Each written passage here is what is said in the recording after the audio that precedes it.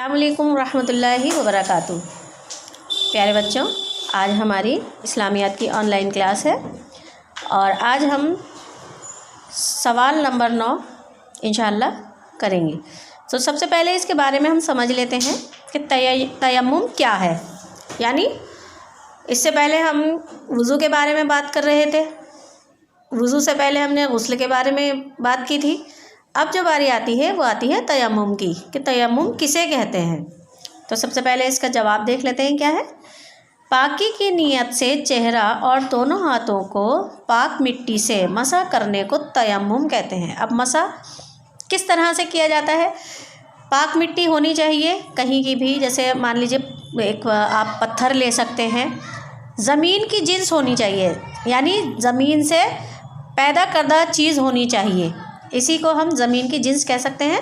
जो चीज़ ज़मीन की है, जैसे मिट्टी है वो ज़मीन की है, पत्थर है वो भी ज़मीन से ही निकलता है, ज़मीन में ही आप उसको देखेंगे पत्थर को।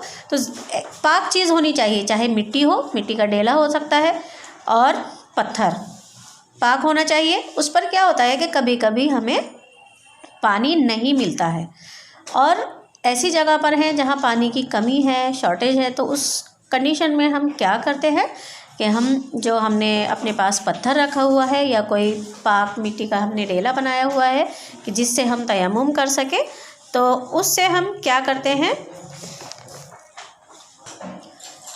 उस चीज़ से हम उस पर हाथ लगाकर, और इस तरह से ये हमारा तरीक़ा होता है। इस तरह से हम हाथ पर फेर लेते हैं एक बार, और एक बार हमने फिर जो भी हमारे पास पाक मिट्टी या पत्थर है उस पर हमने फिर से उसे हाथ लगाया और चेहरे पर लगा लिया, तो इसे हम मसा करना कहते हैं। ये होता है तरीक़ा मसा करने का। तो सवाल नंबर 10 है, क्या तयम्मुम वज़ू और गुस्ल का बदल हो सकता है? तो इसका जवाब है जी हाँ, तयम्मुम वज़ू और गुस्ल का दोनों का बदल हो सकता है, सिर्फ नीयत शर्त है। लेकिन जब पानी मिल जाए तो तयम्मुम ख़त्म हो जाता है। देखिए, मैं इस चीज़ को आपको समझा दूं कि जब ऐसी जगह अगर हम ठहरे हुए हैं जहां पानी की शॉर्टेज है, पानी की कमी है, तो उस कंडीशन में हम तयम्मुम कर लेते हैं और वो वज़ू और गुस्ल दोनों का ही बदल है। यानी उसी से हम गुस्ल भी कर सकते हैं, उसी पाक पत्थर या मिट्टी से, और उसी से हम तयम्मुम भी कर सकते हैं, और दोनों चीज़ें हमारी हो सकती हैं, यानी तयम्मुम भी और गुस्ल भी। और इसके लिए क्या है, नीयत शर्त है। इससे पहले आपको क्या करना है, नियत कर लेनी है कि आप वज़ू की नियत कर रहे हैं या फिर गुस्ल की नियत कर रहे हैं। अगर आपको गुस्ल करना है तो गुस्ल की नियत करेंगे, और वज़ू करना है तो वज़ू की नियत करेंगे। लेकिन जब पानी मिल जाए तो तयम्मुम ख़त्म हो जाता है। अगर आप ऐसी जगह हैं जहाँ पानी नहीं है और वहाँ से आप वापस आ जाते हैं, यानी अपने घर वापस आ जाते हैं, उस कंडीशन में वो तयम्मुम ख़त्म हो जाता है। अब आप पर ज़िम्मेदारी बनती है कि फिर से आप गुस्ल करें या फिर वज़ू करें। अगर आपने गुस्ल का तयम्मुम किया हुआ है और आपके घर में पानी है, तो आप पर फिर वो गुस्ल करना वाजिब हो जाता है। या फिर नमाज का वक्त है, आपने जहाँ ठहरे हुए थे वहाँ पानी नहीं था, आपने गुस्ल किया था और अपने घर आ गए हैं, अब नमाज का वक्त हो गया है, तो इस कंडीशन में आप पर वज़ू करना वाजिब है। यानी वो पानी मिलने के बाद वो जो आपने नियत की हुई थी तयम्मुम की और गुस्ल की, और वो जो उससे आपने तयम्मुम किया था वो ख़त्म हो जाता है, फिर से आपको उस चीज़ को करना पड़ता है। तो ये है तयम्मुम। आगे है सवाल नंबर 3 में,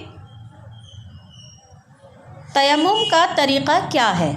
अब यहाँ तरीक़ा पूछा गया है कि तयम्मुम का तरीक़ा क्या है। जवाब है, तयम्मुम की नियत करें। सबसे पहले नियत शर्त है, हर चीज़ के लिए, हर बात के लिए नियत शर्त है।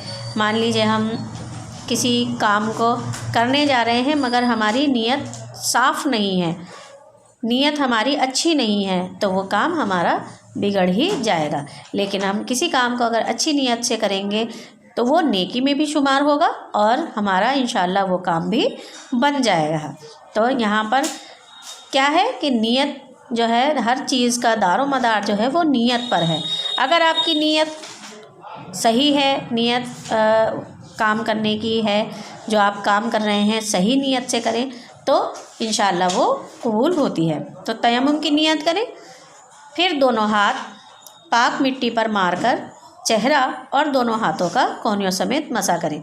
जैसा कि मैंने अभी आपको बताया था कि दोनों हाथ को क्या करना है, पाक मिट्टी पर मारना है। मारना मतलब मान लीजिए आपके पास पत्थर रखा हुआ है, आपने दोनों हाथों को उस पत्थर पर टच किया, उसे छुआ और फिर उसको अपने इस तरह से अपने हाथों पर लिया, चेहरे पर लिया और कोहनियों समेत आपने उसको कर लिया, तो वो हो गया मसा। तो ये तरीक़ा बताया गया है। फिर दोनों हाथ पाक मिट्टी पर मारकर चेहरा और दोनों हाथों का कोहनियों समेत मसा करें। तो कोहनी भी शामिल है इसमें। ऐसा नहीं है कि आप हाथों को सिर्फ इतना इतना धो लें, यहाँ तक आपको हाथ धोना नहीं है, बल्कि कोहनियों समेत आपको हाथ धोना ज़रूरी है। तो आज हमने ये 3 सवाल समझे, इनके बारे में समझा कि तयम्मुम क्या है। इसके आगे और भी है तयम्मुम के बारे में 2 सवाल, इंशाल्लाह वो हम अपनी नेक्स्ट वीडियो में डिस्कस करेंगे। इसको आपको इन तीनों ही सवालों को आपको अपनी कॉपी में नोट डाउन कर लेना है। एक बार और देख लें, मैं सवाल आपको दिखा देती हूँ। पहला सवाल, तयम्मुम किसे कहते हैं? पाकी की नियत से चेहरा और दोनों हाथों को पाक मिट्टी से मसा करने को तयम्मुम कहते हैं। नंबर 2, क्या तयम्मुम वुज़ू और गुस्ल का बदल हो सकता है? जी हाँ, तयम्मुम वुज़ू और गुस्ल दोनों का बदल हो सकता है, सिर्फ नियत शर्त है, लेकिन जब पानी मिल जाए तो तयम्मुम ख़त्म हो जाता है। नंबर 11, तयम्मुम का तरीक़ा क्या है? तयम्मुम की नियत करें, फिर दोनों हाथ पाक मिट्टी पर मारकर चेहरा और दोनों हाथों का कोहनियों समेत मसा करें। तो ये थे सवाल नंबर 9, 10 और 11। इन्हें आप कॉपी में नोट डाउन कर लें। इंशाल्लाह मिलते हैं नेक्स्ट वीडियो में न्यू वर्क के साथ। तब तक के लिए अल्लाह हाफ़िज़, अस्सलाम वालेकुम।